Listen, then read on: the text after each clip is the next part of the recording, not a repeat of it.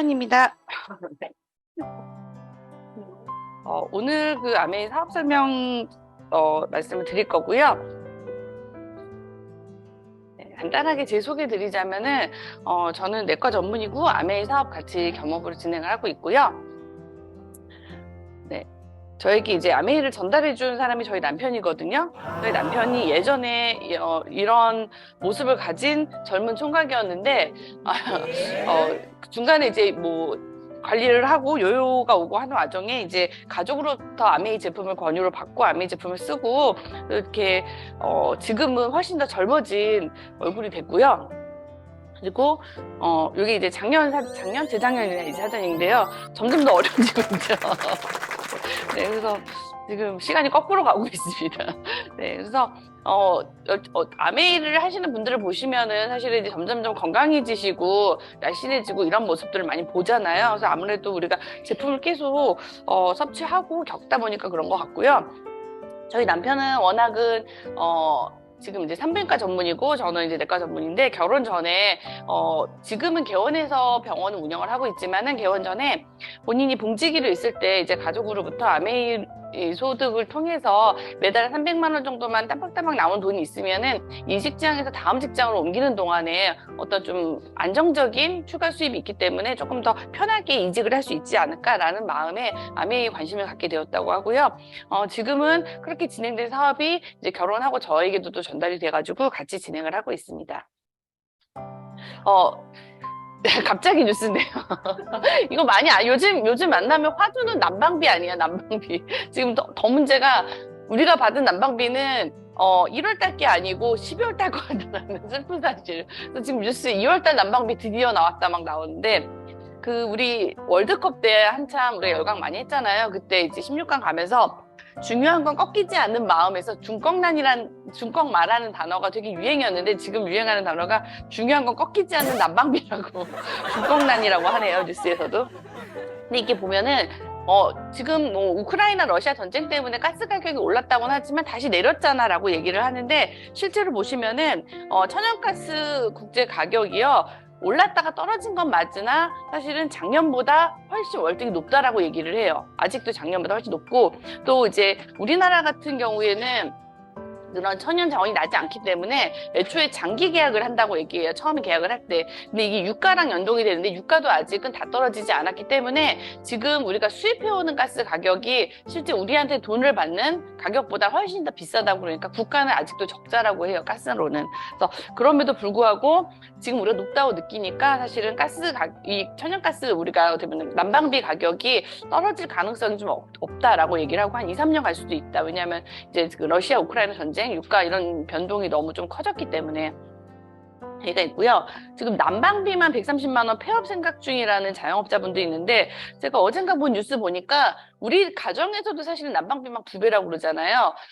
사우나 찜질방 하시는 분이 나와서 인터뷰 하시는데 원래 100만 원 하던 난방비가 600만 원 나왔다고. 그래서 너무 놀랍죠. 그냥 코로나 때문에 사람도 없고 그런데 정말 닫아야 되나 정말 고민이 되실 것 같고요. 자영업은 정말 이제 침체가 아니라 몰락의 서막이라는 기사가 나올 정도로 되게 많이 힘들어지고 있는 것 같아요, 요즘에.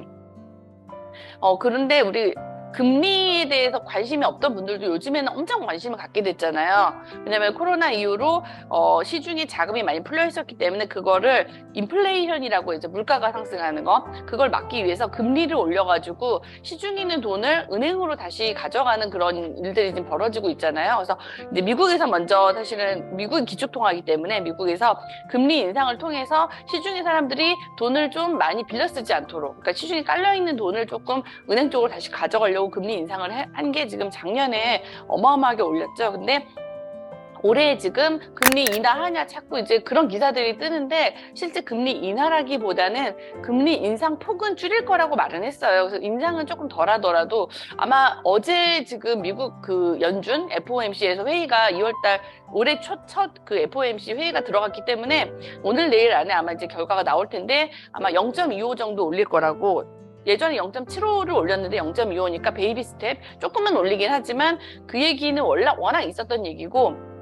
이 상태로 오래 갈 것이다. 근데 이제 연방준비 그 제도에서 말하는 게 지금 점도표라는 게 있는데요. 점도표 오른쪽에 표를 보시면 19명의 위원들이 회의를 들어가서 12명이 실제 회의에 참가를 해요. 투표를 하는데 이 19명 모두 올해는 작년보다 지금 금리를 올릴 것이다라고 얘기를 해요. 최종 금리가. 그러니까 어쨌든 간 떨어뜨리진 않겠다고, 떨어뜨린다고 하더라도 내후년 정도, 내년이나 내후년 정도까지는 갈 거고, 미국이 이렇게 금리를 올리고 있으면은 한국도 금리를 내릴 수는 없는 게 쉽게 말해서 미국이 시중은행, 한국이 저축은행이라고 생각을 하세요. 투자자들이 볼 때 저축은행에다가 돈을 넣는 이유는 그냥 이자를 잘 쳐주니까 넣는 거지 안정적에서 넣는 건 아닌데, 안정적이지 않은 저축은행이 시중은행보다 이자도 안 쳐줘. 그러면 누가 여기 돈을 맡기나요? 안 맡기죠. 그래서 돈이 다 미국으로 다시 가버리기 때문에 우리는 미국을 따라서 금리를 조금 올릴 수밖에 없다. 그래서 이제 올해 초에 이제 12월 달에 했던 그 회의록을 다시 이제 오픈을 했는데 회의록 안에 금리 인하 신호가 없었다라는 거고, 요즘에 사람들이 하도 뉴스에서 많이 나오니까 물가지수 얘기를 이제 거의 기억을 많이 하시는 것 같아요. 미국 물가지수가 워낙은 2%대 정도였는데 지금 이제 코로나 이후로 7%, 9%까지 올라갔다가 9%대에서 이제 소비자 물가지수가 CPI라고 하는 지수가 9에서 7로 떨어지니까 이 상태로 쭉 떨어지면은 계속 떨어지지 않을까라고 기대를 했지만, 이게 어려운 이유가 사실은 물가라는 거에는 우리가 흔히 생각하는 지불하는 음식이라든지 서비스 이런 거 말고도 임금이라는 가장 큰 부분이 있어요. 근데 임금은 사실 떨어뜨리기 어렵기 때문에 미국 지금 빨간색, 파란색 둘 다 마찬가지인데 직장을 옮긴 사람, 한 직장에 있는 사람, 미국이 지금 임금 상승률이 최대치로 올라가고 있거든요. 그러니까 임금 자체가 자꾸 올라가고 있기 때문에 물가를 떨어뜨리려면 임금을 낮춰야 되는데 우리 월급을 갑자기 떨어뜨리기가 되게 어렵거든요. 그렇기 때문에 사실은 이제 CPI라고 하는 게 물가지수인데 미국에서도 물가지수 자체보다는 임금이 조금 더 중요한 기준이 됐다라고 돼 있는데, 임금 떨어뜨리는 게 시간이 한 몇 년이 걸려요. 임금을 떨어뜨리려면은. 그래서 사실은 이제 우리가 말하는 미국에서 지금 연방준비제도에서 2%까지 물가상승률을 갖다가 잡으려고 한다고 하는데 지금 한 7% 정도까지 떨어졌지만 4%대에서 이제 횡보를 할 것 같다라는 게 일반적인 예측인 거고, 그렇다는 얘기는 금리를 인하한다라는 거는 신호가 되게 늦게 올 수 있다라고 일단 보시면 될 것 같아요. 우리나라는 아까 말씀드린 것처럼 미국을 지금 사실은 이제 따라가야 되는데, 오른쪽 표를 우리나라 지금 경제 성장률이 지금 원래 예상했던 게 1.7도 사실 되게 낮은데 그것보다 조금 더 낮을 것 같다라는 거고요. 우리나라 기준금리가 지금 마지막에 3.5%로 지금 1월 13일 날 그때 이제 발표가 됐는데, 금리 올랐다고 얘기를 하잖아요. 기준금리랑 또 우리가 은행 대출금리는 다른데, 기준금리가 3.5로 올랐다고는 하지만 떨어진다고 하더라도 저기 표를 보시면은 2014년에도 보면 한 2%대였거든요, 금리가 사실은. 그래서 떨어지더라도 한 2%대, 우리가 코로나 때 있었던 초저금리, 정말 은행에서 돈을 빌리면 거의 이자를 많이 내지 않던 뭐 1% 미만의 금리로 떨어지지는 않는다라고 보셔야 될 것 같아요. 그 말은 우리가 가계에서 1, 2년 버텨가지고 예전처럼 이자를 덜 내는 그 시대로 곧바로 돌아가지는 않는다. 그래서 조금 더 준비를 좀 해야 되는 그런 시기가 오고 있다라는 거고요. 또 하나 보셔야 되는 거는 지금 왼쪽은 현재, 오른쪽에 보면은 파란색이 미국, 빨간색이 한국이라고 보시면 되는데, 왼쪽 그래프에서는 한국이 미국보다 지금 금리가 떨어져 있기 때문에 따라잡기를 해야 되는데 우리는 미국만큼은 그렇게 못 올려요. 왜냐하면은 우리나라는 이제 가계대출이 많기 때문에 그렇게 올리면은 가계에 이제 부도가 나니까 그렇게 따라가지 못하고 조금씩 따라가고 있는데, 오른쪽 표를 보시면 과거 10년간의 한국과 미국의 금리 변동 패턴이라고 보시면 되는데, 항상 보면은 오른쪽 그래프에서는 빨간색이 미국이고 파란색이 한국인데요. 미국이 먼저 올리고 한국이 나중에 올려요. 그리고 미국이 떨어뜨리고 한국은 한참 나중에 떨어뜨려요. 그리고 기본적으로 우리나라는 미국보다 금리를 조금 높여서 가려고 하는 경향이 있어요. 왜냐하면 아까 말씀드린 것처럼 외국 자본들이 한국에서 빠져나가지 않게 하기 위해서 기본적으로 이자를 잘 주는 그런 나라가 돼야 되기 때문에 이런 경향이 있어서, 미국이 떨어뜨린다고 해서 우리가 곧바로 따라가느냐, 우리가 미국보다 더 낮아지느냐, 이거는 아니다라는 거를 조금 알고 계셔야지, 사실 뉴스만 얼핏 보면은 그냥 이제 좀 괜찮아지나? 라는 그런 우리가 착각이 들 수가 있기 때문에 조금 보시면 좋을 것 같고요. 지금 부동산도 난리가 났었죠. 사실은 이제 거품이 있다가 빠지면서인데, 부동산 PF라고 하는 게 이제 프로젝트 파이낸싱, 건설하기 전에 미리 금융권에 돈을 빌려서 이제 재건축이나 이제 아파트를 짓고 나서 그다음에 분양을 하고 그 계약금으로 돈을 갚게 되잖아요. 부동산에서. 이제 그런 게 있는데, 이거의 가장 큰 문제는 이제 미분양 문제가 터지면서 미분양이 되면은 돈을 못 갚는 거죠. 금융사에. 그럼 금융사까지 연쇄 부도가 날 수 있어서 이번에 1월 3일 날 정부에서 부동산을 엄청 많이 풀어줬었거든요. 그게 이제 뉴스에서는 그 둔촌주공 단지라는 단지가 12,000 단지 정도? 엄청 큰 단지이기 때문에 여기서 부도가 나버리면 사실은 이제 금융권이랑 건설사 부도 연결이 되니까 국가에서는 대기업의 그런 걸 막기 위해서 엄청 규제 이제 풀어주는 정책을 냈는데, 그래서 이제 둔촌주공 일병구하기라고 뉴스에서 그렇게 얘기를 하더라고요. 그래서 일병구하기를 했는데 실패했다라는 얘기가 사실 나오고 있는데, 부동산이라는 거는 규제, 금리, 경기 세 가지 요소가 모두 다 잘 돌아가야지 된다고 얘기를 하는데, 규제만 푼다고 될 문제가 아닌 게 금리가 아직 떨어지지도 않았고 경기가 풀리지도 않았기 때문에 부동산도 사실은 뭐 봄이 오나 뭐 이런 기사들이 막 있는데, 제가 보기에도 아직은 사실은 너무 이른 그런 얘기들인 것 같아요. 근데 우리나라 아까 말씀드린 것처럼 경제 성장률이 하회하는 이유가 외환 위기라고 하는 건 IMF를 말하는 건데, IMF 이후로 IMF 되게 예전 얘기를 갔잖아요. 우리가 1997년 IMF 그때 이후로 어떻게 보면은 9개월 연속 무역 적자가 온 거는 지금 최장이라고 얘기를 해요. 뭐 원자재 값이랑 이런 거에 연관성이 있다는 얘기도 있고요. 어쨌든 우리나라는 주로 이제 만들어서 파는 무역으로 돈을 버는 나라잖아요. 어떻게 보면 수출을 많이 해야 되는 나라인데 이런 부분이 떨어지고 있는 게 지금 제일 조금 나라에서는 지금 위기 상황을 보는 거고, 대기업에서는 지금 올해부터 이제 내년 초반까지 투자 계획을 안 하고 그냥 일단 몸을 웅크리고 좀 지켜보자 모드라고 해요. 그 말은 뭐냐면은 대기업도 그런데 내가 우리 한 가게에서 뭔가 내 돈을 투자해서 뭔가를 한다. 이거는 되게 위험할 수 있는 일이라는 거죠. 지금은. 그쵸? 뭐냐면은 우리보다 더 큰 돈을 가지고 더 여러 가지를 갖다가 자료를 살펴보는 대기업도 지금 올해는 돈을 투자해서 뭐를 하는 거나 뭐 설비 투자나 이런 것들에 대해서 사실은 조금 몸을 사리고 있는데, 내가 그런 거를 신경 안 쓰고 한다라는 거는 조금 되게 위험한 계획일 수가 있는 거고, 이게 지난달에 은행에서 엄청 퇴직 많이 시켰잖아요. 명의퇴직 지금 이제 받는데 한 4년치 월급 받고 가라고 하니까 또 나가시는 분도 있다고 하는데, 시중은행, 4대 시중은행에서 지금 희망퇴직을 많이 받았는데요. 은행은 작년에 흑자였다고 얘기를 해요. 왜냐하면은 우리한테 빌려주는 돈은 금리를 되게 높게 해주고, 그 다음에 우리한테 어떻게 보면 한 많이 줘봤자 우리 5% 정도 지금 뭐 적금금리 4% 5% 정도 해주고, 빌려줄 때는 한 7, 8% 빌려주면은 남는 거 예금하고 대출 예대 차이라고 하잖아요. 그걸로 은행이 사실 흑자를 좀 봤거든요. 근데도 불구하고 이거를 많이 정리하는 이유는 사실 이제 올해를 걱정을 하는 거겠죠. 올해를 걱정을 하는 거고, 그리고 이제 갚지 못하는 돈이 분명히 있을 것이라는 거.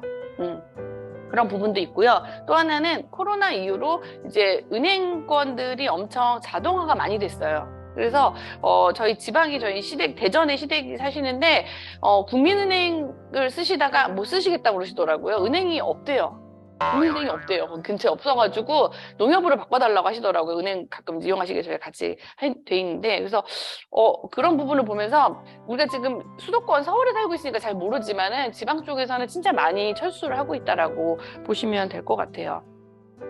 그래서 이제 코로나 때 금융지원 많이 받았잖아요. 우리 각각 우리 모두 조금씩 받은 거 있잖아요. 금융지원 받은 것들. 근데 이거를 중소기업도 엄청 받았는데, 이게 사실은 착시 현상이 어떻게 보면 겨우겨우 좀 살 수 있게 그런 금융을 조금 국가에서 좀 보조를 해줬는데, 이제 도산위기 중소기업이 많아지고 있고, 그래서 주식 빼고 보험 깨고 빚부터 줄이는 그런 상황들이 오는 거고, 지금 가장 좋은 투자는 빚을 내지 않는 거라고 얘기를 하죠.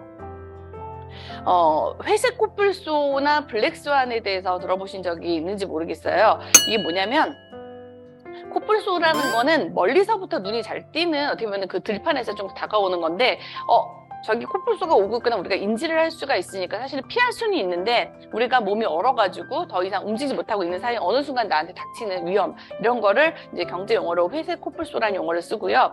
블랙스완이라고 하는 건 검정 맥주, 갑자기 툭 튀어나오는 거죠. 우리 뭐 9.11 사태로 인한 경제 공황이라든지 이런 것들 우리가 예측하거나 미리 준비할 수가 없잖아요. 이런 것들을 우리가 이제 블랙스완이라고 하는데, 그래서 보면은 블랙스완은 우리가 대처를 못해요. 하지만 회색 코뿔소 지금 작년부터 계속 신호가 오고 있잖아. 위기다, 힘들다 이런 신호들 이런 걸 우리가 어떻게 보면은 알면서도 대응 못하는 리스크라고 표현을 하고요.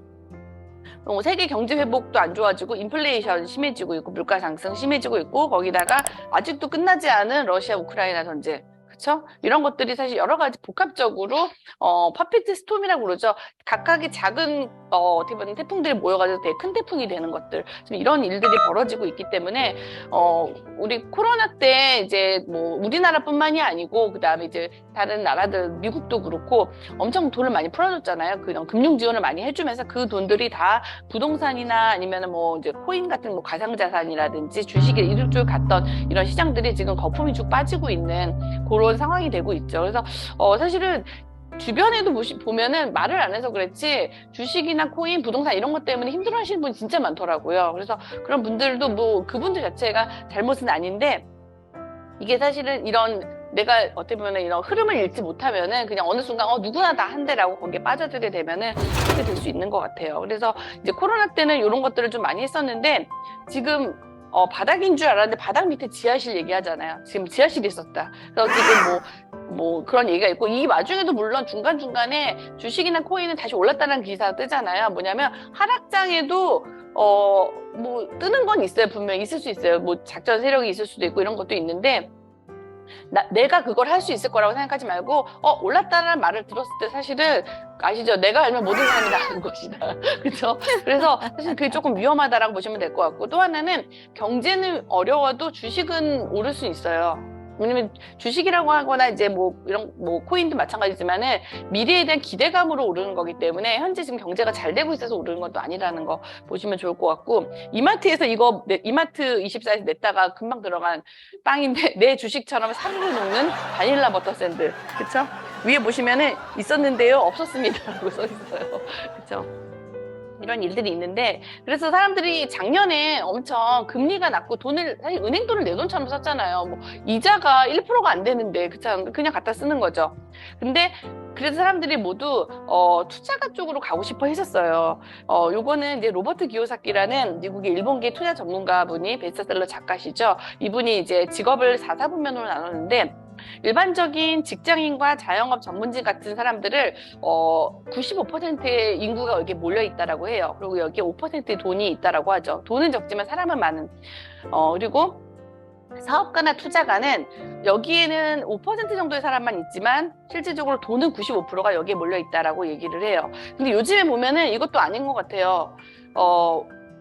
돈이 오른쪽에 99%가 있는 것 같고요. 왼쪽에 1%가 있는 것 같고 사람도 마찬가지고 그러니까 상위 1%도 사실은 요즘에는 그렇게 중산층이라고 말하는 그런 시대가 되더라고. 정말 부익부 빈익빈이 너무 심해지다 보니까 돈이 정말 한쪽으로만 몰리고 있다는 생각이 드니까 사람들이 모두 투자가가 되고 싶어서 작년에 워낙은 우리가 보통 투자가가 되고 싶으면 시드머니라고 그러죠. 종잣돈 모아서 조금씩 늘려가는 그런 패턴이었던 게 우리 기존에 사람들이 많이 했던 건데 종잣돈을 안 모으고 그 돈을 갖다가 곧바로 빌려가지고 투자를 해버린 거죠. 그 돈을 내가 내 돈이 아니지만 뭐 지렛대처럼 레버리지로 사용한다고 생각을 해서 투자를 했다고 생각을 했는데 여기에는 사실은 되게 기간이 짧았고 거품이 있었던 거죠. 빨리 사실 어떻게 보면 지금 되돌아보면 빨리 치고 빠지는 게 좋았을 텐데 라고는 하지만 상황이 그 안에 있으면 절대 그럴 수가 없거든요.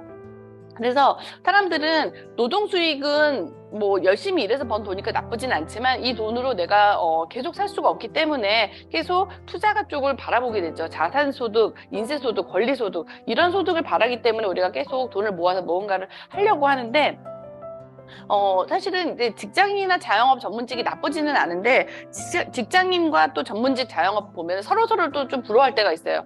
너는 네 일을 하니까 좋겠다라는 분들이 있고 그래도 직장 다닐 때가 제일 좋아라는 분들이 있고 근데 결론적으로 양동이의 차이인 거고 내가 뭐 얼마큼 더 쉬엄쉬엄 일을 하느냐 이런 차이인 거지 결론적으로 내가 일을 할 때만 돈을 벌었기 때문에 내가 갑자기 아프거나 아니면 어떤 사고가 생기거나 그럴 때는 사실은 노동수익이 그걸 커버할 수가 없다라는 그런 가장 큰 단점이 있어요. 그래서 우리가 투자자가 되면 좋은데 지금 아까 말씀드린 것처럼 이제는 당분간 근로소득의 시대라는 얘기를 많이 해요. 왜냐하면 지금 뭔가 투자할 수 없고 가만히 있으라는 얘기를 많이 하기 때문에 그래서 근로소득으로 돌아가야 되는 건가? 라는 그런 얘기들이 많이 나오고 있죠.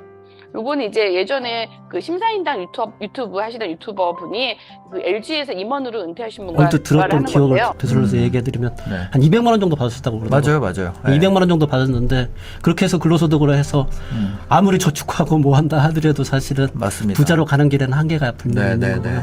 그렇지 않고 이제 부자로 가려고 그러면 두 분 다 사업소득이라든가 아니면 자본소득으로 갖다 전환할 수 있는 준비들을 해야 됩니다. 네. 보통 대기업의 임원들 퇴직 통보 네. 하루 전날에 통보하는 거 혹시 아세요? 아니요. 하루 전날에 통보를 해요. 아, 진짜요? 예. 하루 전날에 통보해서 그것도 휴일 전날에 통보를 해서 휴일 날 자기 짐들 다 빼가게 그렇게 해요. 그래서 웬만한 직원들하고 마주치지 않게 해요. 아, 그렇구나. 그래서 다음 후임자가 와서 네. 그 월요일부터 바로 일할 수 있게 그렇게 해요. 그래서 하루 전에 퇴직을 받기 때문에 네네. 준비라는 건 있을 수 없고요. 그래서 저는 그 실질적으로 이제 월급쟁이들의 비애, 네. 월급쟁이 비애들 이런 부분들이 좀 인식을 해야 될 필요성이 있다는 생각합니다. 월급쟁이를 가지고 있는 착각들이 몇 가지가 있어요. 뭔가요? 뭐 예를 든다면 월급이 네. 계속 나올 것 같은 생각. 월급 달콤하잖아요. 다음 달에 나오고 그 다음 달에 나올 것 같은. 계속 나올 것 같죠. 예, 이런 달콤함들을 하기 때문에 미래를 준비를 안 한단 말이에요. 이런 문제가 있죠. 그래서 우리 코로나 때 휴지 엄청 샀잖아요. 우리만 산 줄 알았더니 미국도 엄청 샀죠. 그래서 왜 자꾸 휴지만 사냐 했더니 이게 생필품이기 때문에 생필품은 사람들이 계속 필요하니까 물가가 오르기 전에 미리 사놓는다 이런 개념으로 많이 했는데 지금 경제가 조금 어려워진다고 하면서 사치품이나 여가생활 수요가 줄는다고 하잖아요. 그래서 골프용품 같은 거 당근마켓에 엄청 많이 나온다고 그래요, 중국. 그쵸? 그 다음에 이제 필라테스 끊고 사람들이 이제 갑자기 홈트를 한다고 그러고 더 다시 갑자기 집으로 들어가고. 그래서 사실은, 사람들이 힘들어지면은 줄일 수 있는 걸 줄이는 생필품을 줄일 수가 없는 것 같아요. 그래서 경제 위기에도 줄지 않는 수요가 생필품이고 이 생필품의 힘이 그래서 되게 중요하다라는 건데 문제는 우리가 이제 생필품으로 그래 뭐 이런저런 걸 할 수 있어. 근데 경제라는 건 어차피 순환이 되거든요. 그래서 지금은 노동소득의 시대지만 다시 또 어떻게 보면 인세소득을 또 추구하는 시대가 또 온단 말이에요. 근데 내가 노동소득을 하다가 어느 순간 갑자기 태세 전환을 해가지고 이제부터 인세소득을 만들겠어라고 하면은 사실 그건 시간이 너무 많이 걸린다라는 거죠. 근데 내가 하고 있는 노동소득이 계속 노동소득을 한 3, 4년 했어. 근데 이게 시간 지났더니 자 지금부터 이거는 인세소득으로 전환됩니다라고 한다면은 그거는 되게 할 만한 일이라는 거죠. 근데 아메이는 사실은 처음에는 노동소득처럼 느껴질 수가 있어요. 왜냐면 내가 누군가한테 분명히 말을 하고 움직이고 배우러 다니고 내 시간을 좀 쓰기 때문에 시간 단위당 일을 하는 그런 일처럼 느껴지는데 이 일이 어느 정도 진행이 돼서 뭐 파운더스 플래티늄이라든지 이런 핀 정도 되면 그때부터는 인세소득, 자산소득으로 전환이 되는구나 그런 일들을 우리가 겪을 수가 있거든요. 그래서 내가 만약에 어떤 일을 하더라도 이 노동소득이 노동소득만으로 끝나는 일인지 노동소득이 자산소득으로 연결될 수 있는 일인지 이걸 체크해 보시는 게 되게 중요한 것 같아요.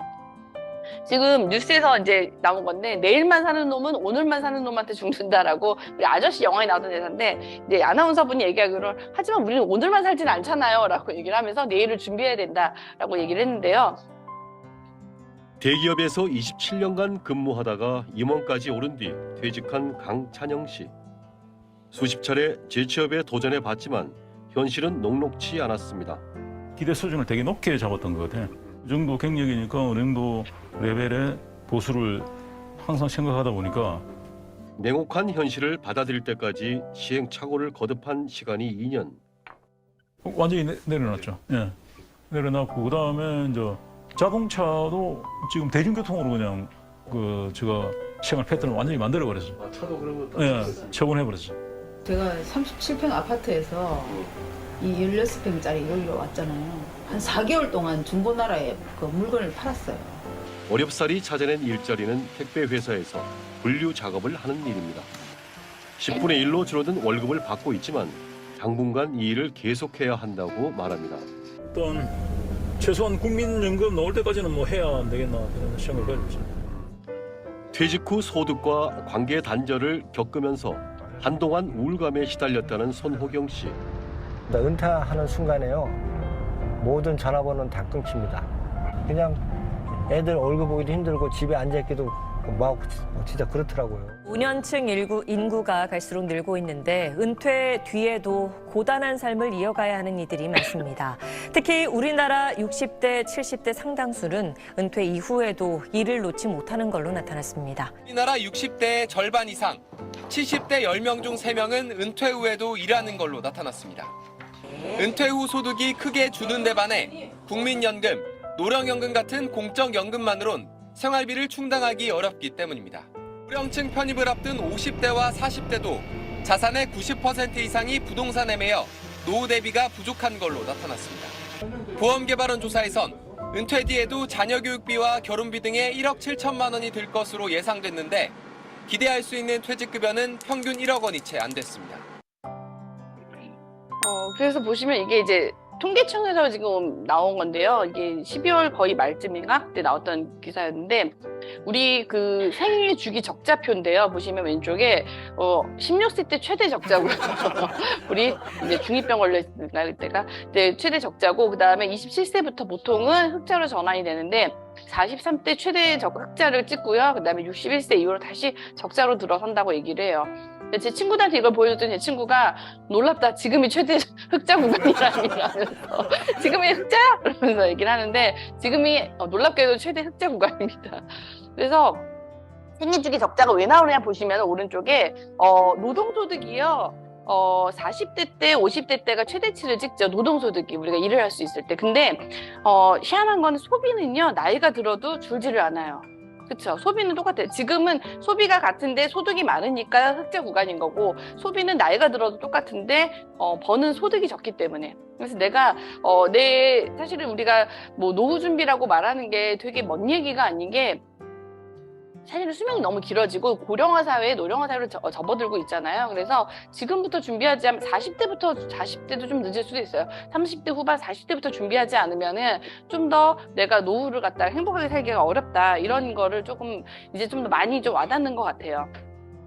국민연금 아까 전에 받으신다고 그랬잖아요. 그 기사 뉴스에 나오신 분이 국민연금 지금 바닥을 가고 있다고 합니다. 이유는 뭐냐면 주식 투자에서 실패했대요. 그래서 우리만 실패한 게 아니고 국민연금도 실패했다. 그래서 국민연금이 지금 기금 소진이 되는데 그렇다고 해서 아예 못 받지는 않는데, 왜냐하면 얘네들은 방법을 바꿔요. 더 많이 내고 늦게 받도록. 그래서 결국 국민연금 자체가 망하지는 않는다. 못 받게 하면 되니까. 그래서 지금 연금 개혁이 65세에 받는 거를 67세로 하고 조금 더 많이 내도록. 그래서 이제 계속 그 밑작업이 들어오더라고요. 집에 오는 거 혹시 보시는 분 모르겠는데 국민연금 많이 넣을수록 많이 받는 겁니다라고 자꾸 이렇게 세뇌교육을 시키더라고요. 국민연금에서 고지서가 날라오면서. 아까 말씀하신 그 택배 하신다는 그 대기업 임원으로 은퇴하신 분이 지금 65세 때 연금 받을 때까지만 열심히 하겠다고 그랬는데 연금을 계속 줄 듯 말 듯 뒤로 가잖아요. 그러니까 그분은 언제 받을 수 있을지 사실은 조금 걱정이 되시겠죠. 근데 그분만이 아니고요. 우사인 볼트 아세요? 그렇죠. 총알처럼 빠른 사나이. 우사인 볼트가 158억을 열심히 모았대요. 지금까지. 근데 투자회사에 맡겼더니 1,500만 원이 우사인 볼트도 사기를 당합니다. 내가 내 돈을 누군가한테 맡겨서 돈을 불려달라고 한다? 이게 가능한 일이 아니라는 거죠. 쉬운 일이 아닌 거예요. 사실 돈으로 돈을 버는 일이 생각보다 그렇게 쉬운 일이 아니고, 내가 직접 알아보고 내가 직접 하지 않으면 어렵다라는 거고요. 긍정적으로 노후를 준비하시겠대요. 근데 참 긍정적인 분이에요. 또 하나는 뭐면 지금 요즘 뉴스에 화두인데요.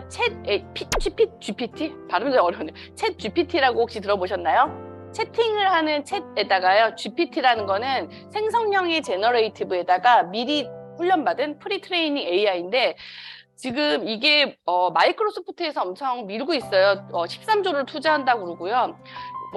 마이크로소프트가 사실은 구글에 비해서 검색이 엄청 밀렸기 때문에 거기에 대해서 대항하기 위해서 이제 그 오픈 AI라는 회사에서 만든 건데요. 여기는 질문형으로 검색을 하게 돼 있어요. 뭐 올해 경제가 어떨 것 같아? 그러면서 얘기 쫙 여태까지 자료를 자기가 이제 솔팅해가지고 쫙 해주는 건데, 얘가 지금 미국에서 MBA, 그다음에 미국 의사시험, 그다음에 뭐 미국 로스쿨 이런 거 다 통과했다고 그러더라고요. 지금 아직은 초기 단계인데 지금 거의 2달 안 됐거든요. 2달 만에 가입자가 지금 1,000만 명이 됐대요. 그리고 저도 한번 가입했는데 가입이 되게 쉬워요. 그냥 이메일로 가입하면 되는데, 서비스별 100만 명 달성 소요 기간이 넷플릭스가 3.5년이었고요. 페이스북이 10개월, 그 다음에 인스타그램 많이 쓰죠. 인스타그램이 100만 명 되는데 2.5개월이었는데 이 챗 GPT는 5일 만에 100만 명이 가입을 했다라고 돼 있어요. 그래서 지금 사실 여기에 대한 얘기가 많이 나오고 있는데 우리가 AI 뭐 알파고 막 옛날 얘기를 했는데 점점 더 발달을 해서 이 생성형 AI에 빅테크 기업들이 다 놀라서 2개월 만에 미래 전략을 다 바꿨다고 그러고요.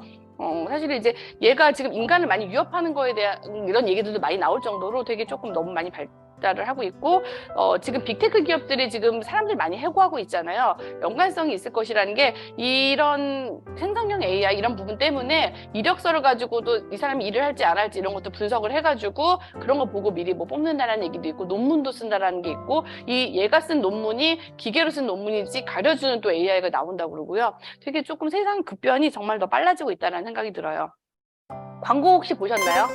윤여정 나오는 광고인데요. 윤여정님 나오는 광고인데 배우 뭐 이제 신인 배우 윤여정 해가지고 KB 이제 무슨 보험 광고 이런 쪽이었던 것 같은데 뭐 자기가 나중에 혹시 또 알아요? 뭐 식당도 열고 뭐 호텔도 열고 뭐도 할지라고 하면서 이제 나오는 건데 저는 그냥 윤여정님 닮은 배우를 쓴 줄 알았더니 윤여정의 얼굴을 가지고 AI로 만든 본인의 얼굴을 만든 거래요. 근데 연기가 너무 자연스럽잖아요. 그리고 이제 요건 이제 그 디즈니 플러스라는 채널에서 한다는 카지노라는 드라마고 저는 이걸 보진 않았는데 최민식 배우님이 이제 좀 젊었을 때 얼굴로 나오는데 분장을 한 게 아니고 AI로 얼굴을 바꿔가지고 근데 이렇게 되면은 신기하다지만 사실 보면 예전에는 배역이 하나 있으면 한 2-3명 정도 연령대별로 사람을 캐스팅을 하잖아요. 그럴 일이 없어지는 거고 나이가 들어도 이제 자기가 계속 역할을 할 수 있는 거죠. 나이가 들어도 계속 이 사람한테만 배역이 들어올 거 아니에요. 배역이 그쵸? 얼굴을 보정이 다 되니까 그래서 이런 일들이 되게 좀 빨라지고 있구나.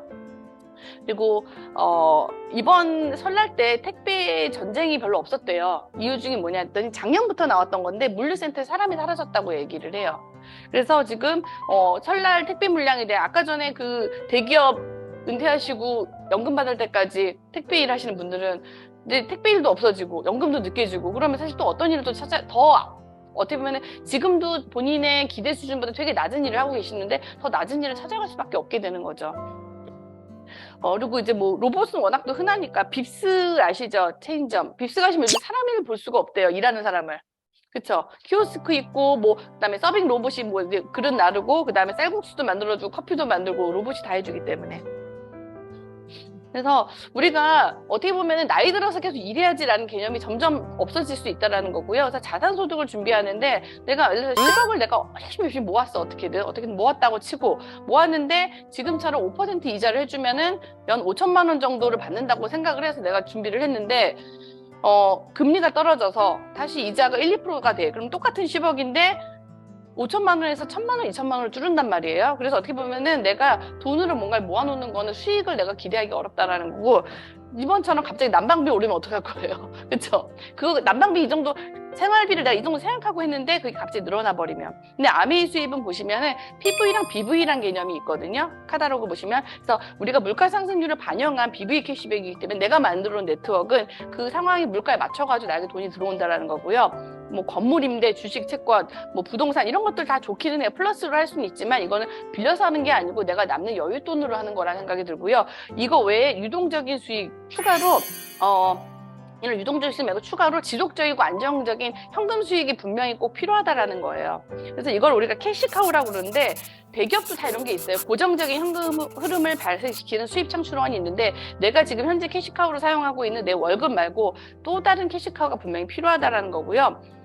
저는 이제 그걸로 아메이 비즈니스를 말씀을 드리는 건데요. 아메이는 이제 플랫폼 비즈니스라고 얘기를 해요. 어떤 제품을 만드는 회사가 있고 그다음에 소비자가 있으면 그걸 연결시키는 역할인데 대부분의 플랫폼 비즈니스는 내가 만들지 않고 그냥 그걸 연결해주는 역할만 하는데 아메이는 직접 제조하고 직접 유통을 하는 무형이 아닌 유형 자산을 갖고 있는 회사고요. 우리가 이거를 소비자와 연결시켜주는 역할을 하는 그런 플랫폼 비즈니스가 아메이라고 보시면 될 것 같아요. 그래서 아메이 사업의 특징은 일단은 투자 부담 없이 부업으로 시작이 가능하고요. 무점포, 그다음에 재고나 직원 고용의 위험이 없는 거고요. 학력, 종교, 인종, 성별에 상관없이 시작을 할 수 있고 나와 함께 나에게 사업을 연결해줘 스폰서와 함께 서로 성장하면서 하는 윈윈 사업이라고 하고요.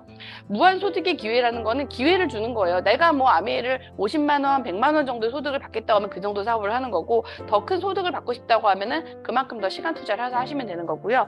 복지와 축적이 되고요. 자산소득이 같이 보험 기능이 있다고 보시면 될 것 같아요. 그리고 완벽한 노후 준비는 나중에 나이 들어서도 할 수 있는 일. 그리고 자녀와 가족에 대한 보험 기능. 내가 어떻게 보면 돈을 계속 벌어주지 못하더라도 어떻게 보면 이런 네트워크를 갖다가 물려줄 수 있기 때문에. 그리고 시스템 사업이고 자영 사업의 복지 그리고 자산소득이라고 돼 있기 때문에 어떻게 보면 내가 어느 시스템을 만들어 놓으면은 내가 직장에서 일하는 것보다는 시간의 자유를 누릴 수 있어요. 내가 일하는 시간, 근무 시간, 내가 일어나고 싶을 때 내가 일하고 싶은 시간에 맞춰가지고 내 어떻게 보면은 프리랜서처럼 내 스케줄을 정할 수가 있기 때문에 그리고 100% 노력에 따른 성공이 있기 때문에 세상에 노력을 해도 안 되는 일들이 되게 많거든요. 세상에는. 근데 아메이는 내가 노력을 하면은 성공을 할 수 있는 일이라고 보시면 될 것 같고요. 안정적인 회사, 신뢰성 높은 제품, 그리고 공정한 분배가 있고요. 서로 배려하는 같은 방향을 바라보는 친구들이 있어요. 아메이를 하다 보면은. 그래서 여기 있는 분들과 함께 친구가 되기도 하고 내가 아는 분들과 함께 사업을 하면서 같이 여행을 다니면서 사업을 할 수가 있고요. 아메이는 그래서 아메이가 소비자한테 물건을 직접 판다 해서 직접 판매라고 얘기를 해요. 다단계 판매라기보다는 직접 판매라는 용어가 미국에서 쓰는 직접 정확한 용어고요. 좋은 제품은 합리적인 가격, 그다음에 100% 만족 보증, 100% 하자 보증이 아니고 만족 보증이기 때문에 내가 마음에 안 들면 제품에 하자가 없어도 바꿔준다라는 거고요. 우리는 회사로부터 직접 구매를 하는 거예요. 우리가 팔러 다니는 게 아니고 우리는 직접 구매를 하는 거고 회사는 우리가 직접 판매를 하는 거고. 그래서 우리는 그것을 내가 쓰고 좋은 경험을 누군가한테 알리면은 구정 광고를 알리면 전체 매출의 35%를 각각 회원 소비자들에게 캐시백으로 나눠주는 거고 이게 바로 사업의 기회라고 얘기를 합니다. 아메이 사업의 시작은요. 워낙 내가 집에서 쓰는 제품을 마트, 이마트 아니면은 우리 홈플러스 같은 그런 큰 마트에서 쓰거나 온라인 마트, 백화점 이런 데서 쓰던 물건들을 갖다가요. 한 달에 뭐 30만 원 써도 300포인트 정도, 300원 정도 주던 거를 아메이로 바꾸시면은 현금으로 10,000원 정도를 주는 캐시백이 있어요. 그래서 소비가 지출로 끝나던 일을 나의 매출, 내가 알린 소비까지 나의 매출로 돼서 이게 사업이 된다는 게 아메이 사업의 시작이라고 보시면 될 것 같고요. 생필품을 쓰는 사람들은 많아요. 하지만 누구나 다 돈을 벌지는 않죠. 그래서 내가 이거는 아메이 설명을 듣기 전에도 계속 썼던 일이고 지금도 쓰는 일이고 나중에도 쓸 일인데 이 쓰는 일은 누군가는 돈을 버는데 나는 쓰는 일로 단지 지출하는 일로만 할 필요는 없다라는 거죠. 그래서 생필품을 바꿔 쓰는 일이 바로 사업의 시작이고요. 이런 네트워크 마케팅이라고 하는 거는 제조업체가 총판 도매 소매를 거쳐서 각각의 이제 어떻게 보면은 이윤을 나누는 일들을 아메이는 직접 우리가 회원 소비자를 연결하면서 그 광고비, 유통비를 갖다가 우리에게 회사에서 지불하는 방식이라고 보시면 될 것 같고요. 내가 소비하고 소비의 경험을 공유와 연결시키는 거기 때문에 일단 내가 써봐서 좋은지 확인하는 게 되게 중요한 일이라고 보시면 될 것 같아요. 요즘에는 카카오로 이렇게 공유를 할 수가 있기 때문에 그냥 구매자표 보내주듯이 아는 사람하고 편하게 링크를 보내가지고 할 수가 있고요. 또 장바구니 스마트 오더라고 있잖아요. 보시면은 매달 10만 원 정도 제품을 쓰게 되면 우리에게 5,000원, 만원, 15,000원까지 주는데 주변에 얘기를 해요. 세상에 10만 원 쓰는데 15,000원 주는 마트가 어디 있어? 그렇잖아요. 그래서 이런 마트만 써도 괜찮기 때문에 내가 아메이 사업을 하지 않아도 제품도 좋고 내가 이런 캐시백만으로도 괜찮기 때문에 마트 바꿔 쓰는 걸로 장바구니 스마트 오더로 구독을 많이 늘리는데요. 구독의 장점이 뭐냐면은 지금 아메이뿐만이 아니고 전 세계적으로 국내도 그렇지만 구독 경제 시장 규모가 엄청 커지고 있어요. 모두 다 구독 경제로 뛰어드는 이유는 기업은 충성 소비자를 확보하고 싶고 그래서 이제 혜택을 제공하는 거고요. 안정적인 소비자를 구축을 하는 거죠. 소비자는 구독을 하면 조금 할인해 주거나 아니면 어떤 혜택을 주는 게 있고 그다음에 편하기 때문에. 그래서 우리도 구독 경제로 아메이를 갖다가 진행을 하게 되는 거고요. 보통 이제 장바구니 오더 보시면은 이렇게 저 같은 경우는 이제 뭐 생리대라든지 휴지 뭐 이런 거 있잖아요. 뭐 즉석국 이런 것만 담아도 어느 정도 뭐 4, 5만 원 정도 금액이 차거든요. 거기다가 뭐 커피, 뭐 비타민 하나, 치약 하나, 그다음에 뭐 화장품 하나 이런 정도 넣으면 10만 원도 금방 돼요. 그래서 이렇게 10만 원을 채워서 10만 원 소비자 3분을 모으면은 내가 먼저 20만 포인트, 3% 캐시백을 받을 수 있는 사람이 되는 거고요. 그래서 내가 나한테 알려준 사람은 스폰서라고 하는데 스폰서가 나에게 알려주고 내가 또 다른 친구 2명 A, B에게 알려줬을 때 전체 그룹의 캐시백 그 매출을 20만씩 썼다고 샀을 때 써야 되는 게 의무 구매는 아니기는 하지만은 20만 정도, 내가 뭐 장바구니 3명 정도 알려서 20만 할 수도 있는 거고요. 그래서 이제 80만이 냈다고 치면은 전체 4명의 매출이 80만은 6% 캐시백을 받기 때문에 전체 그룹에 48,000원이 들어오게 돼요. 근데 48,000원을 스폰서 혼자 갖는 게 아니고 4명이 나눠 가져야 되죠. 똑같이 나눠 가지면 공산주의니까 이제 누가 더 어떻게 보면 기여를 많이 했는지 거기에다 나눠준다고 치면은 스폰서 그룹에서 4그룹의 매출을 빼주자고 하면은 나의 그룹은 3명이니까 60만의 6%는 36,000원. 그래서 내 수입은 또 내가 이 36,000원을 다 가져가는 게 아니고 AP가 가져가야 되는 빼줘야겠죠. 그래서 AP 각각 20만씩 썼기 때문에 거기에 3%의 캐시백 6,000원씩 빼주면요. 내가 가져가는 수입은 36,000원에서 6,000원, 12,000원을 빼는 24,000원이고요. 스폰서는 나와 AP가 가져가야 되는 돈, 어떻게 보면 24,000원, 6,000원, 6,000원을 합쳐놓은 36,000원을 스폰서 전체 그룹에 48,000원에서 빼주면은 가져간 돈이 12,000원. 그래서 스폰서는 나보다 회원이 많은 것 같고 나보다 먼저 한 것 같지만은 나보다 가져간 돈이 적어요. 왜냐하면 스폰서는 나 한 명한테 알렸고 나는 AP 2명한테만 알렸기 때문에 이거를 수입의 역전이라고 표현을 하고요.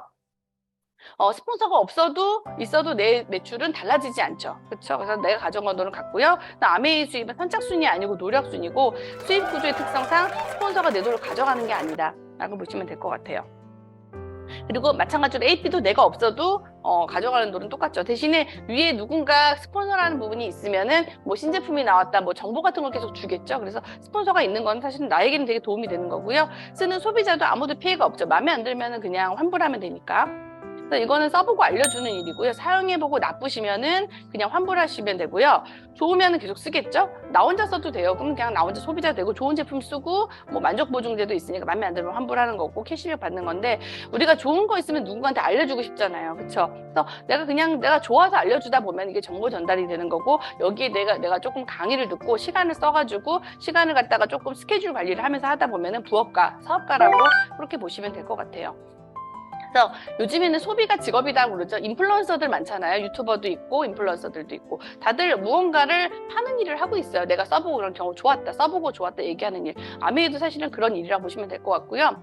사업이 진행되면은 내가 제품을 쓰는 게 별로 없었어도 내가 알린 새 그룹이 있어요. 그 그룹들을 갖다가 가르치는 일을 많이 했을 때 나는 뭐 지난달에 뭐 여행도 가고 뭐 많이 산 게 있어. 이번 달에 제품을 안 썼다고 치더라도 A, B, C 세 그룹이 400만 포인트 정도 하게 내가 도와줬을 경우 각각은 15% 캐시백을 받기 때문에 60만 원씩 받게 되고요. 그룹도 이제 나눠 갖겠죠. 한 사람이 갖는 게 아니고 각각 자기가 기여한 만큼 가져갔는데 나 같은 경우에는 400만 세 그룹이 있기 때문에 1200만 포인트이기 때문에 23%를 받게 되고요. 그러면 전체 금액이 276만 원에서 세 그룹 각각 60만 원씩 180만 원을 빼주게 되면은 96만 원 정도인데 실제 받는 돈은 여기에다가 이제 PV, BV 개념이 있으니까 BV의 물가 상승률을 갖다 곱했을 때 그다음에 플러스로 브론즈 빌더 보너스라는 게 있어요. 브론즈 빌더를 하면은 30% 업을 해주는. 그래서 결론적으로 받는 돈은 내가 한 199만 원 정도, 200만 원 가까이 받을 수가 있다라는 거죠. 그래서 이런 패턴을 만드는데 뭐 짧게 만드시는 분들은 뭐 한 6개월 만에 만드시기도 하고 뭐 이걸 2, 3년을 만드시기도 하는데요. 그거는 내가 시간 투자하기 나름인 것 같아요.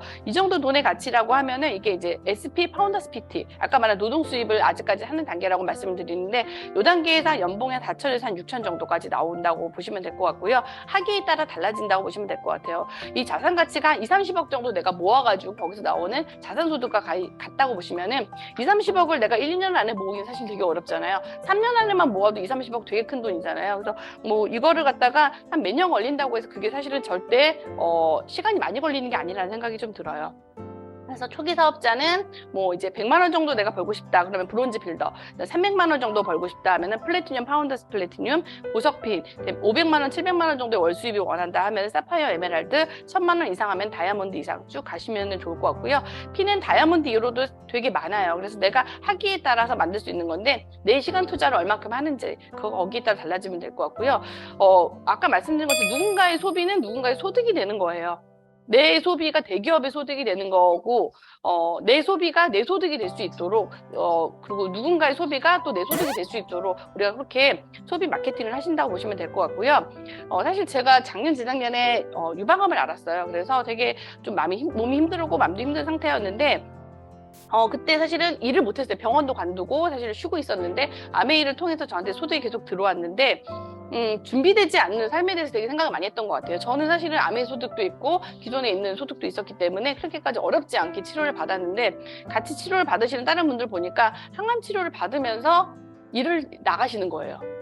생활비를 벌어야 되니까. 그렇죠. 그리고 병원비도 벌어야 되니까. 그래서 그렇게 준비되지 않는 어떻게 보면 나한테 그런 화살이 올 수가 있거든요. 그래서 이제 이런 얘기를 뭐 첫 번째 화살이라고도 표현을 해요. 첫 번째 화살은 내가 피할 수 없지만 두 번째 화살은 잘 피해야겠다 그런 생각이 좀 들었고요.